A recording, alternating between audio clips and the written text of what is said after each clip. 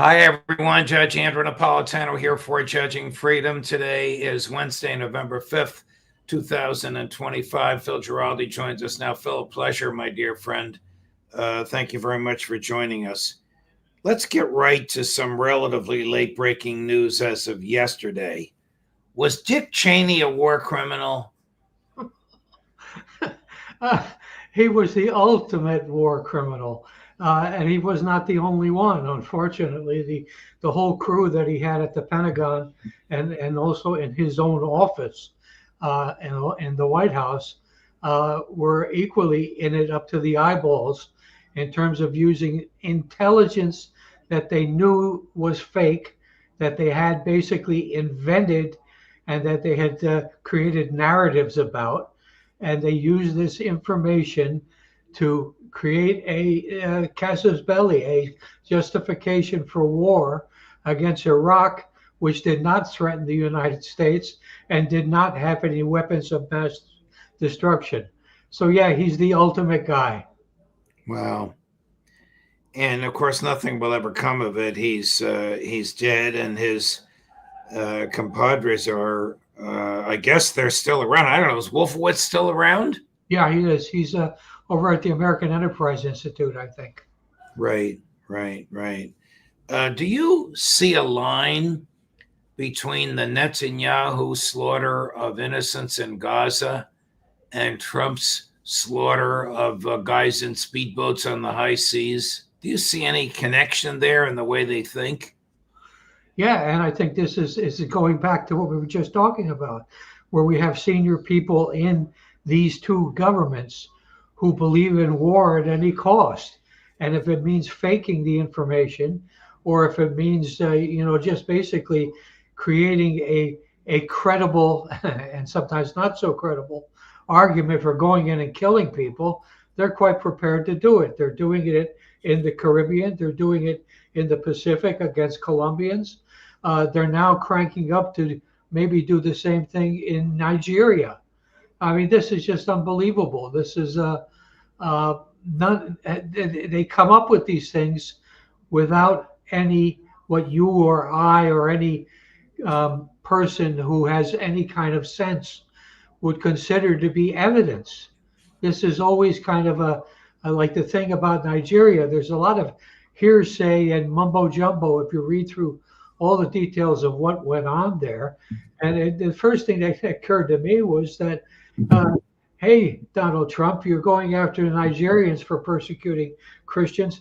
How about the Israelis and your good friend Netanyahu, who's been persecuting Christians in Palestine, who've been there for two millennia, and he's getting away with it? You don't confront him on that.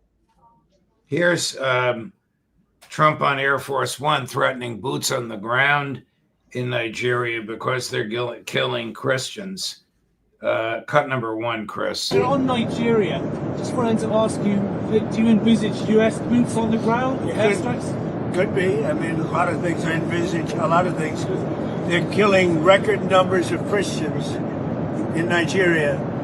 And they have other countries very bad also. You know that part of the world, very bad. They're killing the Christians and killing them in very large numbers. We're not going to allow that to happen. Before you respond, Phil, here's the question about, are you meeting with the new Syrian president in the White House? Cut number two. Are you meeting with the Syrian president at the White House? Or did you invite him? The Syrian president? The Syrian president? He may be coming. I don't know. I mean, he's working very hard. We took sanctions off of Syria to give them a chance at survival. And I hear he's doing a very good job. Doing a very good job of killing Christians. And Alawites and fellow Muslims. And let's not draw the line just at Christians. Christians are really getting the cutting edge of it, as are the Alawites. But there are Muslims that are outside their realm of acceptability. And this guy has now been given the seal of approval by no less than our peace-loving president. Wow. First, David Petraeus fawning all over him. And now Matt Ho advises on Monday, which is the 750th excuse me, the 250th anniversary of the United States Marine Corps. Marine Corps guards at the White House will be saluting this former ISIS head chopper and hand chopper as he enters the White House. We can't show this picture, but Chris has photos. These things are on the internet of him holding by the hair a headless people whose heads he had chopped off and boasting and gloating about it and covered in blood. Yeah. How does this kind of stuff happen? Just because MI6 and CIA wants him, they'll forgive anything. This is not CIA and MI6. This is the White House. And it's people like Keir Starmer in England. I mean, this comes from the top. And yeah, I wouldn't blame either of the intelligence organizations. They basically, for the last 20 years, have been people who stand back and salute. And they get their guidance from the White House, and they get it from Starmer in England. And, sure, you're always going to find idiots who are willing to kill people just because somebody is telling them to do it. But the fact is, there's still that somebody telling them to do it. In those two sketches that you just show, Trump talks without any embarrassment or shame about killing people. And this is incredible. And this is Trump. Well, we have a president who boasts about killing and who boasts about people who will be dead once he finishes with them. And the boasting was with respect to those people on the speedboats in the Caribbean and in the Pacific. This is such a profound American violation of due process. It's just over the top. It's now up to about 70 people murdered and 2 survived. Right. I ardently hope that those 2 who survived engage counsel and bring an action against the White House for attempted murder and for kidnapping. They don't have to physically be in the U.S. to do that. Now, I don't know if American lawyers are going to reach them for that, nor am I trying to stir up trouble needlessly. But this is not going to stop unless Americans get killed or unless a federal judge orders it stopped. Congress has no backbone whatsoever. Congress will do nothing to stop Trump from killing people on the high seas.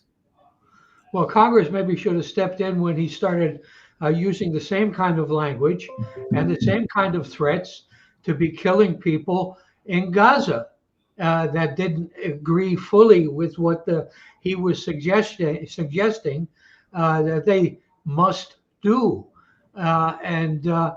This is clearly what's in his head, apart from anything else. And it's frightening. It's awful. He's basically decided, and he's also said, of course, I can do whatever I want to do. Now, what happens when he decides that people in the United States, and I think he's halfway there or maybe more, maybe like the mayor of New York, he's going to be taking punitive action against them, and maybe people like us, just because he doesn't like us, doesn't like what we're saying, doesn't like what we're implying. And this is just so awful. It's hard to imagine that this could have ever developed from the country we grew up in and that we loved and that had so many good things about it. It's becoming a hellhole. So the Port Authority of New York and New Jersey, which builds bridges and tunnels and then owns them and collects taxes and gets rich on it, plus the state of New Jersey, plus the state of New York, plus the Federal Department of Transportation under Joe Biden, set aside $7 billion to build a new tunnel under the Hudson River. We already have the Lincoln Tunnel and the Holland Tunnel. They're going to build a new one that's going to have railroad and automobiles. The tunnel is 1/3 built. This will create thousands of jobs. You can only imagine the economic prosperity that will come from this ease of very fast, high-speed communication. Trump canceled the project after they're 1/3 of the way through it, and the Republican who was leading in the polls for governor of New Jersey, was afraid to criticize Trump, and he got shellacked last night. Is it any wonder he went down to defeat when he ties himself to the fortunes of somebody who changes his mind every 5 minutes? Yeah, that was Chattarelli. Yeah, absolutely. We reached the point where the White House is able to intimidate all of our leading universities at one time or another to get them to teach what he wants them to teach, and basically to come down on foreign students who are expressing views that are contrary to what Mr. Trump likes to see. So we've seen that, we've gone through that cycle already, and now now the White House is using the threat of federal government funding of projects like the tunnel in New York, New Jersey, and they're using that as a bludgeon in terms of the domestic politics. I mean, this is Christ. This is just go beyond crazy. Does the president want peace in Ukraine, or has he succumbed to the Sebastian Gorka, Keith Kellogg, Pete Hegseth, Marco Rubio school of thought that the Ukraine war will drain the Russians and weaken Putin? Well, didn't he a day or two ago even misdefine Ukraine having a huge coastline or something like that? He doesn't even know where Ukraine is. And the fact is that he essentially is playing political games. He doesn't quite understand what's going on. He probably goes along with what Gorka and others are whispering in his ear at the last moment before a press conference, because he's nothing but incoherent in most of these conferences. I don't think he has a coordinated idea about what he wants to do with Ukraine, except that he would like it not to cause him any confusion or problems. He would just like maybe to see it kind of go away. Well, here he is saying that Ukraine and Russia can just fight it out if that's what they want. There's no final straw.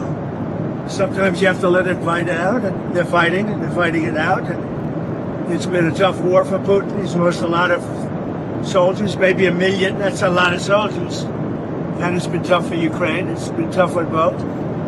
Sometimes you have to let it, just get poured out. The Russians lost 1 million soldiers? I mean, where is he getting this nonsense from? Probably from somebody in the White House, like Gorka. This is idiotic. He doesn't even believe his own intelligence agencies, who probably, if asked, would come up with much more realistic figures. Is Israel still consistently violating the Jared Kushner, Steve Witkoff, Donald Trump Gaza ceasefire program? Yes, the Israelis are continuing to shoot people and bomb people every single day.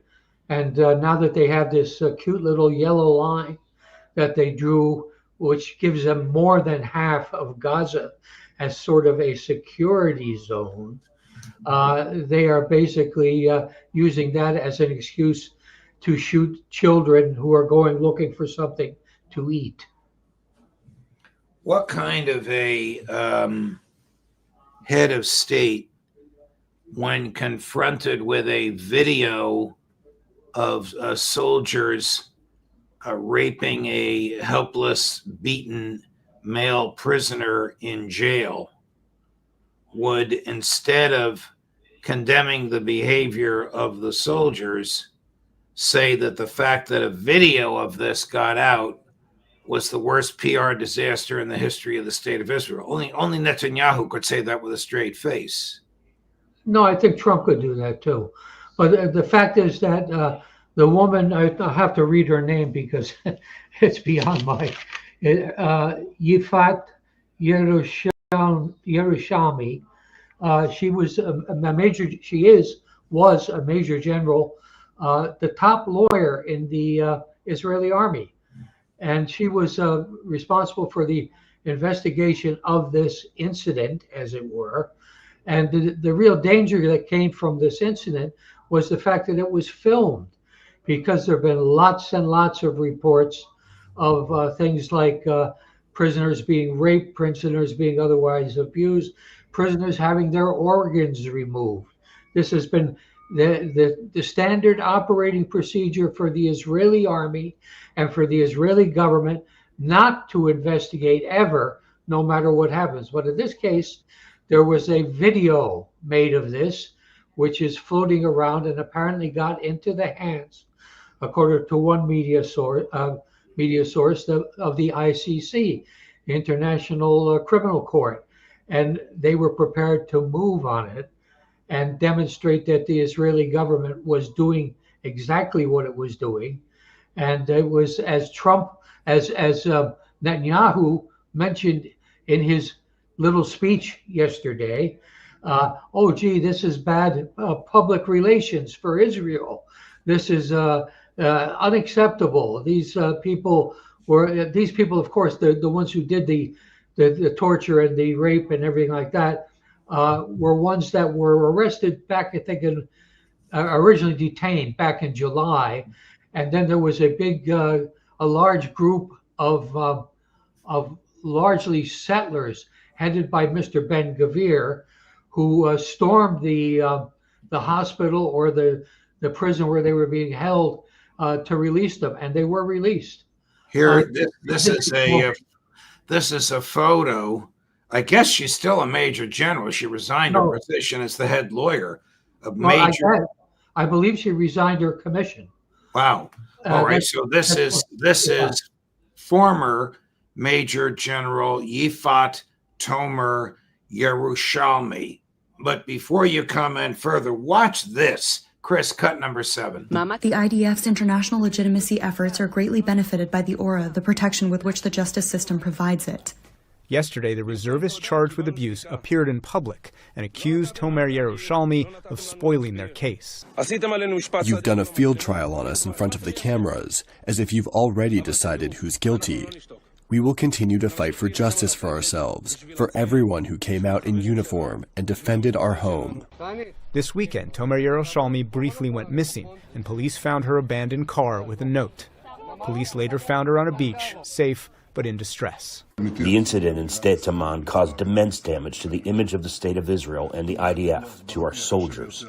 This is perhaps the most severe public relations attack that the State of Israel has experienced since its establishment.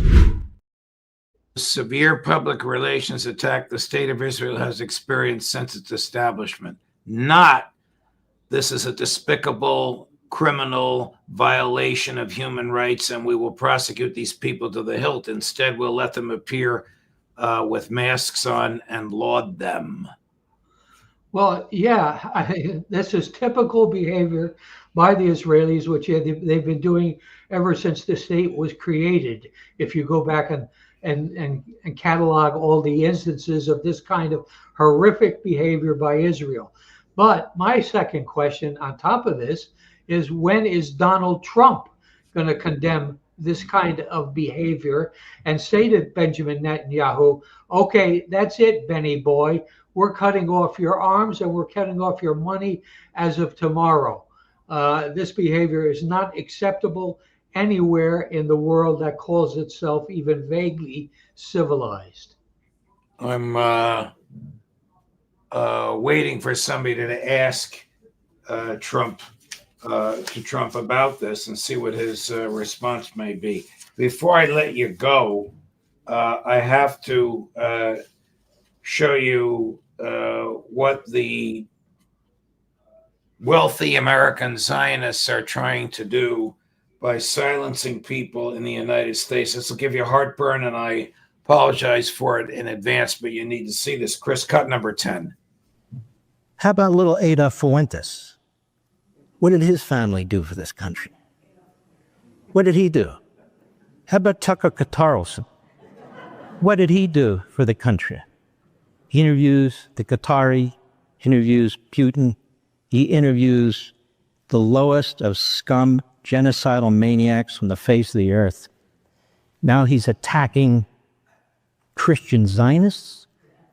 He's literally attacking the Bible that our evangelical Christian brothers and sisters, and it's not just them. It's Catholics. Ted Cruz is a Catholic. He's a great man. He's out there fighting. They're attacking Christianity. Why? Because Christianity rejects what they're spewing too. Judaism rejects it. Christianity rejects it. Atheists reject it. Agnostics reject it. Gay people, straight people, women, men, we all reject it. So why is it so hard for people in my business or people in leading positions in government to do the same thing? What are they afraid of? They need to be afraid of regular Americans like you and me. They need to be afraid of us. So when they hear stuff like that, they say, what? What are we going to say? Of course, would love to silence the alternative media who has pointed out what you and I and the others on this show have pointed out. Well, I would suggest that Mr. Levin, since he clearly loves Israel so much, that he go to live there. We don't need his kind of counseling and his wisdom about how we should be silenced. And he was implying, of course, they should be silenced with violence if necessary. Right.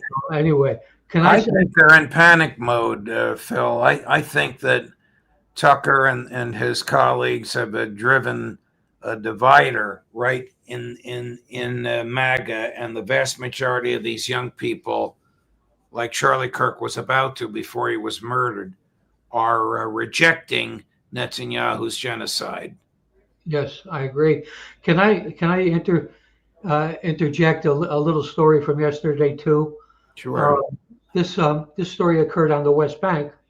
It was also filmed, and this was one of those cases where the heavily armed Jewish settlers are going around and killing Palestinian farmers, cutting down their trees, and attacking their livestock. This was a particularly heinous incident in which a bunch of Jewish settlers went in to a barn where this Palestinian farmer had his sheep and his lambs, and they went in and they intended, of course, to kill all of them.